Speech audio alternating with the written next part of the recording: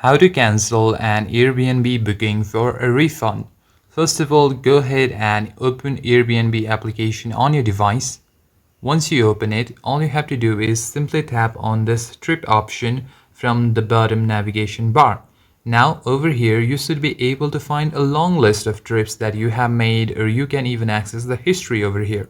However, I do not have any history of any bookings within the Airbnb application, but if you have done so, you should be able to find it over here. So all you have to do is tap on that specific pending or confirmed reservation you need to cancel.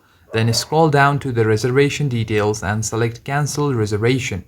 Choose your reason for canceling. The system will display a live line item breakdown of your refund eligibility before you finalize anything. Then tap confirm cancellation to release the dates back to the host calendar. Hope this video helps you out a lot. If you have any questions or queries, please do comment down below. Hope this video helps you out a lot.